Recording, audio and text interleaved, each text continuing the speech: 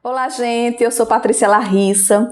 Queria falar um pouco do meu lugar de fala. Sou assistente social de formação, mestre em políticas públicas pela Universidade Federal da Paraíba e pesquisadora do Núcleo de Estudos e Pesquisas em Políticas Sociais, UNEPS. Uma trajetória acadêmica muito atrelada a uma formação profissional, uma atuação profissional na área do Sistema Único de Assistência Social. Desde 2005 eu atuo nessa política, já com seu surgimento, e passei por várias instâncias. Fui gestora municipal de uma cidade de pequeno porte 1, passei pelo Conselho Estadual como presidente do Conselho Estadual de Assistência Social da Paraíba, e tive uma experiência muito proveitosa durante muitos anos à frente da diretoria do SUAS, da Secretaria de Estado de Desenvolvimento Humano, aqui também da Paraíba.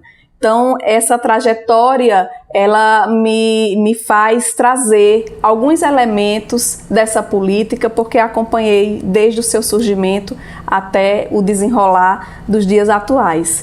Então, já queria agradecer à Vox Social pelo convite de ter me proporcionado esse espaço para discutir hoje algumas normativas que o Ministério da Cidadania protocolou recentemente em virtude da pandemia do coronavírus, né? Os profissionais, os trabalhadores, existem muitas polêmicas a respeito dessas portarias, e a gente traz hoje uma portaria em específico, que é a portaria 58, que vai aprovar a nota técnica número 20, que fala sobre os benefícios eventuais.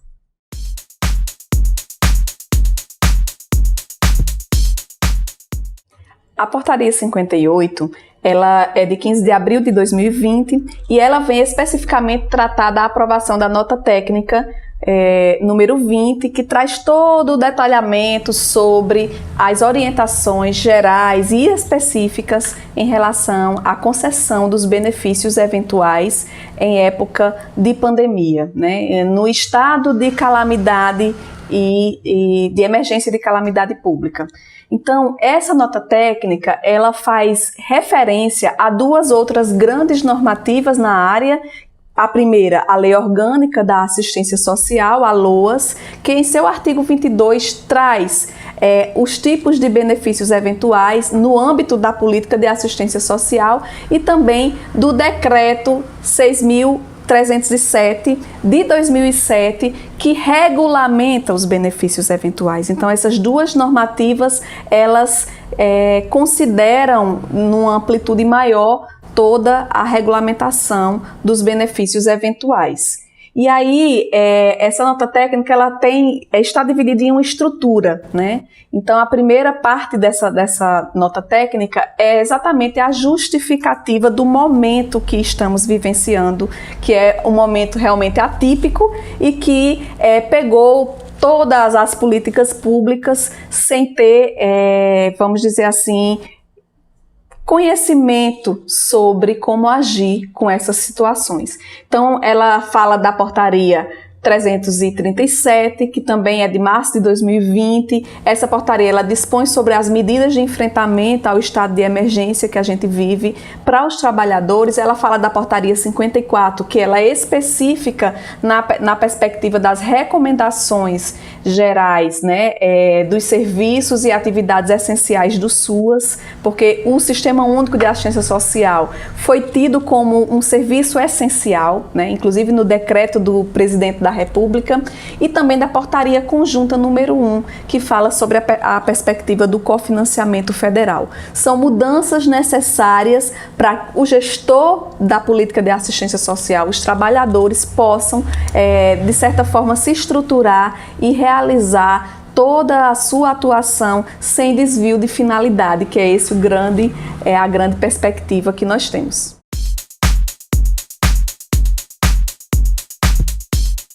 O tópico 4 da nota técnica traz a relação entre os benefícios eventuais e as situações de emergência e calamidade pública. Então, é importante refletir e afirmar que o município tem total condições e competência de regular os benefícios eventuais em seu território. É no município que as políticas públicas se estabelecem, é o chão das políticas públicas. Importante observar as especificidades desse território, da sua população, dos usuários da política de assistência social, para que a regulação, através do Conselho Municipal de Assistência Social, estabeleça critérios de acesso a esse benefício que vem a diminuir as situações de emergência e calamidade pública. É importante dizer também que caso o município não tenha regulamentação dos benefícios eventuais de calamidade e emergência, é possível, né, fazer a concessão na perspectiva de natalidade, de funeral e de vulnerabilidade temporária. Então é importante frisar que todas essas características do benefício eventual tem que ser regulado no município por legislação própria para orientar o gestor a fazer um decreto de regulamentação e que esses critérios estejam orientados, deliberados pelos conselhos municipais de assistência social. E o benefício eventual ele pode ser de duas formas, gente. Através de pecúnia, que é um valor financeiro repassado diretamente ao usuário, ou através de bens, de serviços, né? E dizer também que essa provisão ela não pode ser lenta, ela tem que ser ágil nesse momento de pandemia, ela tem que chegar a quem realmente precisa de forma ágil, de forma rápida, e que é importante que essas regulamentações tragam também a excepcionalidade do momento em relação ao tempo de duração que esse benefício vai durar, né? Então é importante observar que esse tempo ele precisa ser revisto, ele tem que ser inclusive um pouco maior do que o que é estabelecido pela norma atualmente, em virtude da própria situação de emergência e calamidade pública.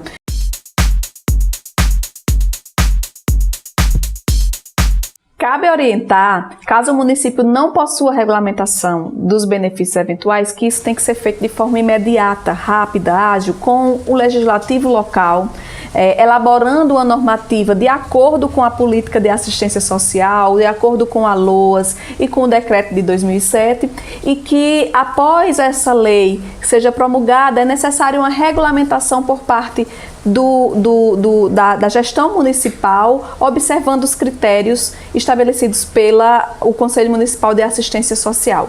O município que já tiver a norma do benefício eventual pronta, mas que ela não atenda às especificidades dos casos de calamidade e situação de emergência, que é possível fazer uma atualização dessa lei, né? E aí é importante observar que as características locais, elas são fundamentais para que a efetividade desse benefício se configure para a população usuária. Outro ponto que eu acredito que seja importante é no que tange às especificidades de população tradicional, né, quilombolas, indígenas, ciganos, né, as populações em situação de rua, que muitas vezes os migrantes, né, pessoas que vêm de outro país que estejam no território do município e que às vezes têm até um endereço fixo, né, de residência, mas que essa questão não pode ser impeditivo para que esse usuário ele receba o benefício eventual, né? É importante colocar também que a oferta desse benefício tem que ser em um local acessível, que tenha uma comunicação para que todas as pessoas saibam aonde recorrer na situação de necessidade. Outro aspecto que inclusive é polêmico nessa portaria e que o serviço social, a categoria dos assistentes sociais estão, né, com vamos dizer assim, uma questão posta em relação à questão do relatório social, né?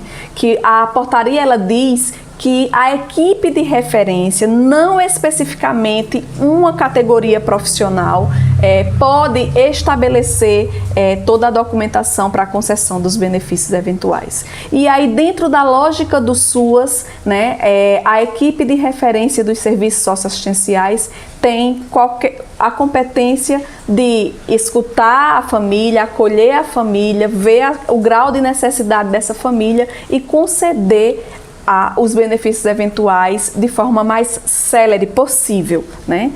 Outro fator é a questão da própria visita domiciliar. A portaria ela diz que a visita domiciliar ela tem que ser feita apenas em casos de extrema necessidade, né? E que ela pode inclusive ser feita para renovação do benefício.